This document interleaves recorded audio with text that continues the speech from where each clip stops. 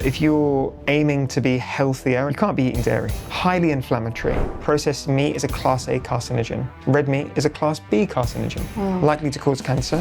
Being an ultra runner, would you say that being on a plant-based diet aids you more than if you were eating meat and dairy today? 100%. The most recent event I did was called 777, and it was 7 ultramarathons in 7 days across the 7 United Arab Emirates. So we ran 50 kilometers a day for 7 days. That's crazy. Yeah. Men in particular seem to have this viewpoint that you're more manly if you eat meat. You're paying a grown man to kill an infant animal that is sentient. Tell me what part of that is remotely manly. We know that industrial animal agriculture is the leading cause of deforestation, habitat destruction, species extinction, ocean dead zones. If you do not have the strength of character to prioritize the needs of the collective over your own individual biological desires related to food, we definitely have a problem of discipline and ethics. Hi Louie Blake, thank you so much for joining me on Kindness with Amy. I'm so excited to have you all the way from Dubai here for the Vegan India conference. Thank you so much. So Louie, you are an investor, an entrepreneur, an ultra runner, so many things. You are plant-based. Can you please share a little bit about your background and what motivated you to give up meat and dairy? Sure, so I went vegan about 10 years ago, mid-20s. Achieved everything I thought was going to make me happy. You know, I had nightclubs, I had the car, the house, all the material signs of success that's celebrated in our societies. And I was super unhappy, super unhealthy. And I was looking for a way that I could, first of all, start to feel better. And so this led me into the depths of YouTube. I came across a video titled 101 Reasons to Go Vegan. And when I watched that video, it was like a light bulb went off in my head. And I think once you see something that resonates so deeply, you can't go back. So that was 10 years ago. I went vegan overnight, cut out all animal products. I went organic, whole food, plant-based, alkaline forming, like extreme plant-based health for around a month. I felt incredible. Started introducing some other kind of more junk foods here and there to satisfy the appetite for the things that I was potentially, missing. And then since then, it's just been a journey of discovery, quit the businesses I was in, started working in food, restaurants, food products, accidentally started investing in some other people's businesses. And yeah, obviously still on that journey, but it's been a bit of a transformation. That's amazing. So what would you say is the main reason that someone should think about going vegan instead of vegetarian? So, I mean, one of the principal reasons that I think a lot of people go vegan, and the first reason that I went vegan, was for health reasons. So if you're aiming to be healthier and improve your health, mine was for performance, for my sport, you can't be eating dairy. Highly inflammatory, right? So essentially, if you're training, you're trying to take on board protein in order to recover so that you can train again.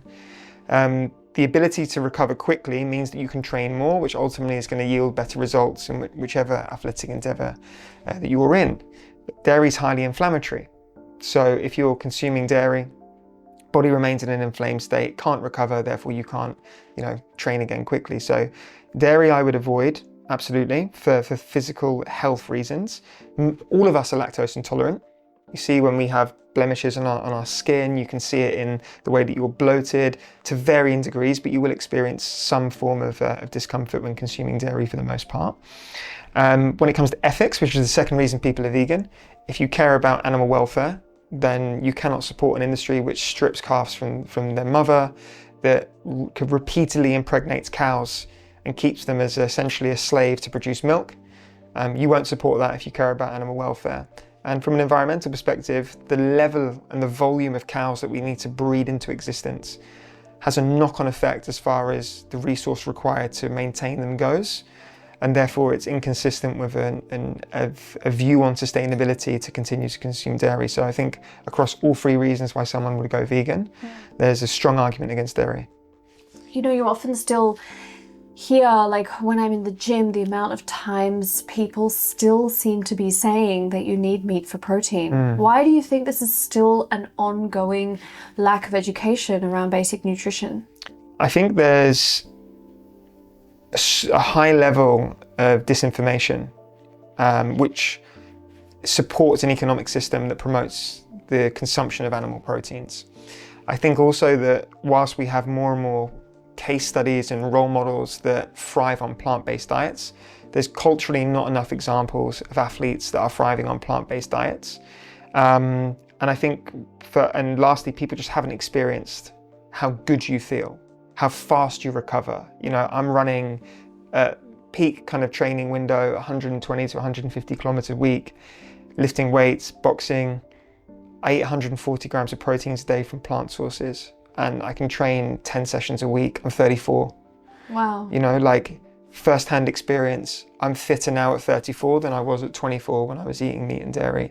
I've got numerous examples of friends and professional athletes that have had the same experience. Ultimately, performance is about recovery. We take on board protein to repair muscles so that we can train again. Protein, when it comes in an animal form, is inflammatory. When it comes in a plant form, it's less inflammatory. Inflammation does not correlate with recovery at the same pace as you can when there's lower inflammation. So acidic, alkaline. We want alkaline forms of protein that enable the body to recover faster. Wow, that's so interesting. So you are an ultra runner. Okay, firstly, what does an ultra runner mean? How much are you running exactly? Okay, so a marathon is 42 kilometers. Okay. Anything over 42 kilometers is considered an ultra marathon. Hang on, so you are running over 42 kilometers? Yes, yeah. That blows my hair back. Yeah, so I guess the most recent event I did was called 777. And it was 7 ultra marathons in 7 days across the 7 United Arab Emirates. So we ran 50 kilometers a day, every day for 7 days. 50 kilometers? A day for 7 days. For 7 days, yeah. Oh my goodness, that's crazy. Yeah. So being an ultra runner, would you say that being on a plant-based diet aids you more than if you were eating meat and dairy today? 100%. When I finish a long run, I ran 20 kilometers this morning, early this morning. It was great to run here in Bombay, by the way, because rain, a little bit cold, perfect running conditions. But yeah, of course, you know, like when you finish a 20-kilometer run, you have lactic acid buildup in the muscles, you have inflamed muscles. Like I need to recover so that I've got a training session tomorrow morning, you know, because of the form of protein that I'm getting, which is plant-based protein. I'm eating an alkaline forming diet.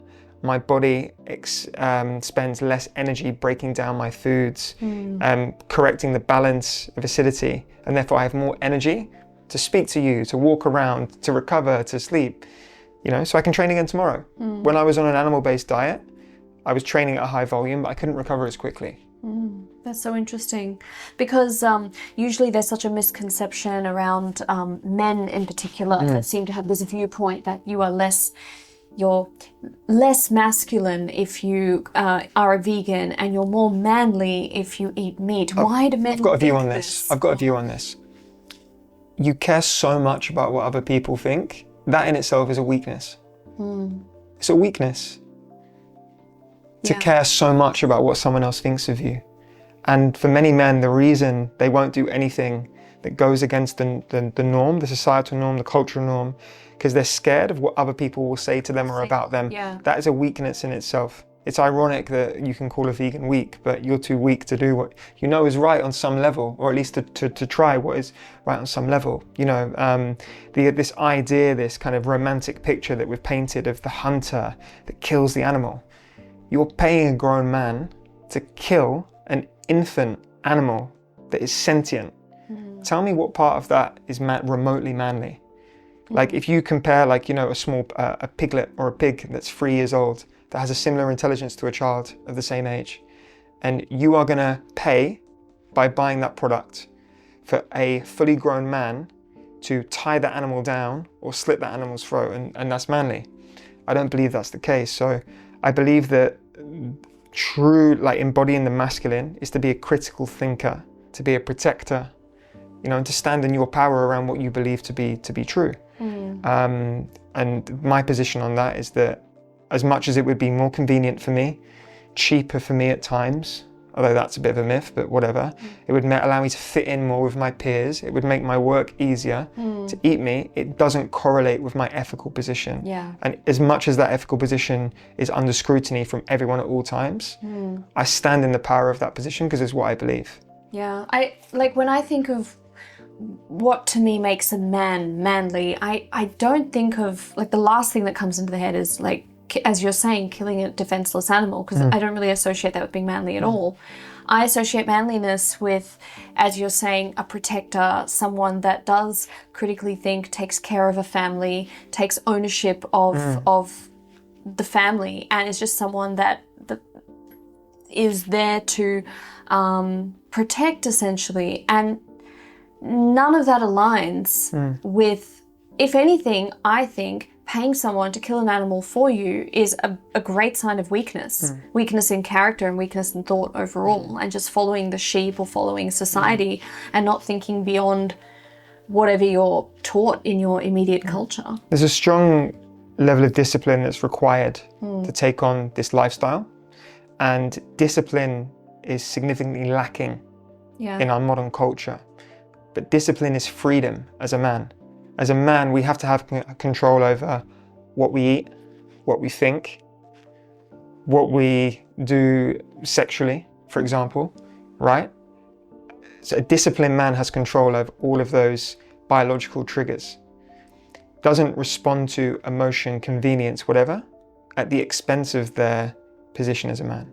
And I think, you know, you have to exercise that discipline on a regular basis. I told you I flew here, I went to the airport, there was nothing for me to eat. I was super hungry. What was my options? To eat something that contains an animal product or not to eat? I would choose not to eat. You know, we have these emotional triggers on a daily basis, we all have them. It's the discipline to override the emotional trigger with a strong ethical position or a sense of logic and discipline to what you believe is the right thing to do. I think that's why when it comes to veganism, if your why is clear, then in any social situation, it's not really a concern because the why is clear. The moment your why is not there, then that's when these, you know, question marks come up. I think it's important we make a point of just covering each trigger for people to adopt a plant-based diet, right? If you look at it from a health perspective, processed meat is a Class A carcinogen. 1 in 3 people will get cancer. Red meat is a Class B carcinogen. Likely to cause cancer. Again, 1 in 3 people will get cancer, right? We know that meat is inflammatory.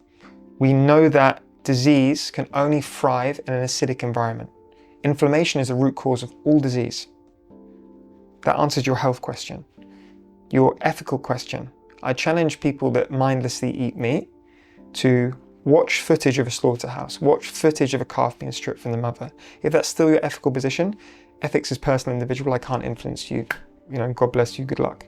From an environmental perspective, we know that a person that follows a plant-based diet causes up to 75% less carbon emissions than those that follow a meat diet.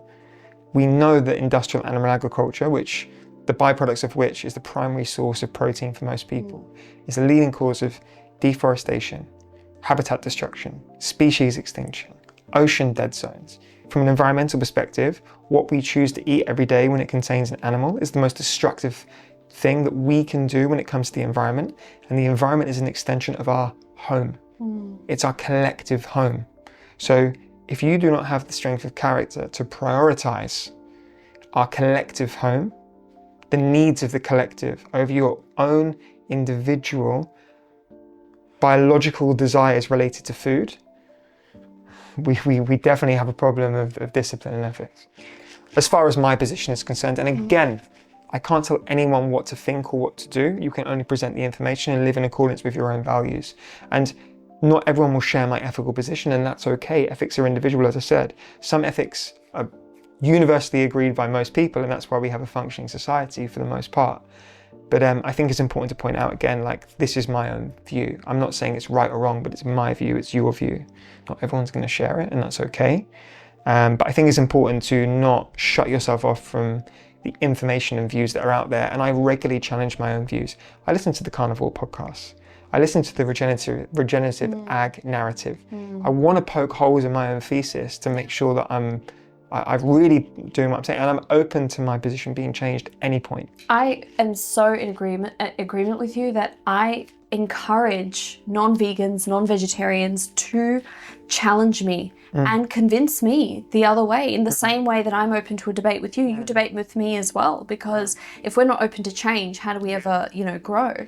But it's like ethics do vary. Like, we can't, like, what I find wrong person B may not think is wrong. Sure. Let's say on the street right now, someone is like slitting the throat of a cow. I will find that horrific and wrong, but maybe someone else might see that and not, have an issue with that. Yeah.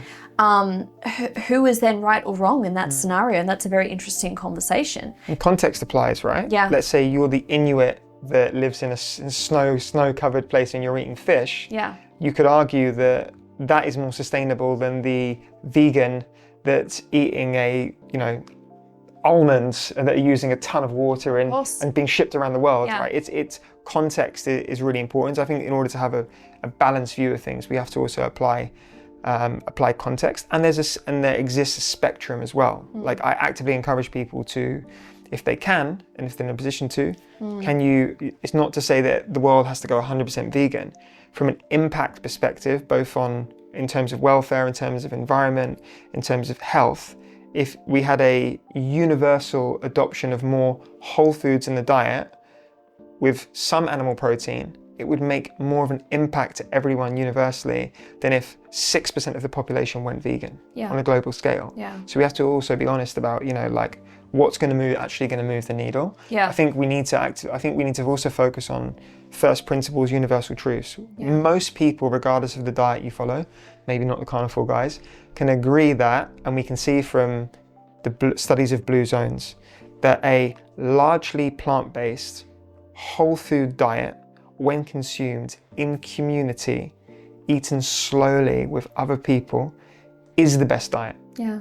We can universally agree on those principles, great. If you then want to add a little bit of animal protein there, do your thing. I'm not going to do it because it doesn't align with my values and my personal health position, but do you. I think this is where we're going to find kind of middle ground with people. But I encourage people, going back to the athletic side of things, like you watch the Game Changers, and people say, oh, it's been debunked. James went on Joe Rogan and debunked the person who tried to debunk and answered everything. Yeah. I know James personally, I've interviewed him as well. That was such a powerful documentary because it demonstrated for the first time the power of plant-based foods for athletes. And I think we're seeing that, right, with the adoption of plant-based diets for performance from people who aren't vegan and most likely don't have an ethical position. Lewis Hamilton, okay, is an ethical vegan, but you've got the likes of LeBron James, Canelo, athletes at the top of their individual discipline that utilize a plant-based diet in their training camps to aid their performance. I mean, our Roman gladiators were mostly plant-based, as we know. So it's not like it's not a new thing. New knowledge. It's just we're uncovering knowledge that has kind of actually been there for a really long time. We're just making sense of it now.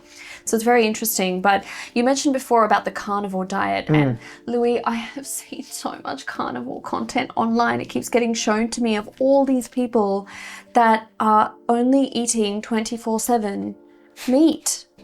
How long are they going to stay alive? So look, I think we have to say that the absence of fiber in a diet is a recipe for disaster. These guys are probably going to the bathroom through the eye of a needle on day 3, passing diarrhea. It's going to be a nightmare for them. Would they, if you just eat meat, would you be really constipated? Yeah, super constipated. So then how often would you be going to the bathroom? Let's go back a step, okay? I'm curious. Because, so essentially what happens then, where some people, because you can say, this person adopts the carnivore diet and all their health problems went away. Carnivore diet is a reductionist diet in the sense that you are eliminating everything else from the diet that could cause you problems, right? And so when you eliminate everything else from the diet, you're eliminating the thing that caused you the issue in the first place. So it's not that the meat is helping you, it's that the elimination of the foods that were causing issues has taken the things that your body finds toxic away, and therefore your body can function. The absence of fiber and the importance of fiber in the diet means that you have constipation, you're not carrying things out of your body that need to come out, and long term, again, you're highly acidic, highly inflammatory.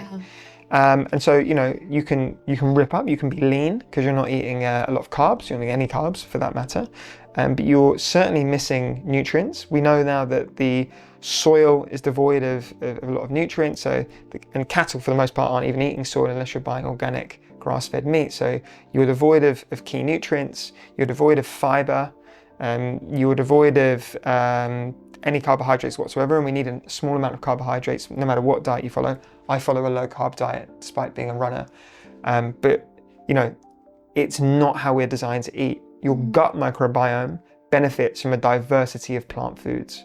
So there's a correlation with adopting a carnivore diet with, you know, intestinal issues, gut issues.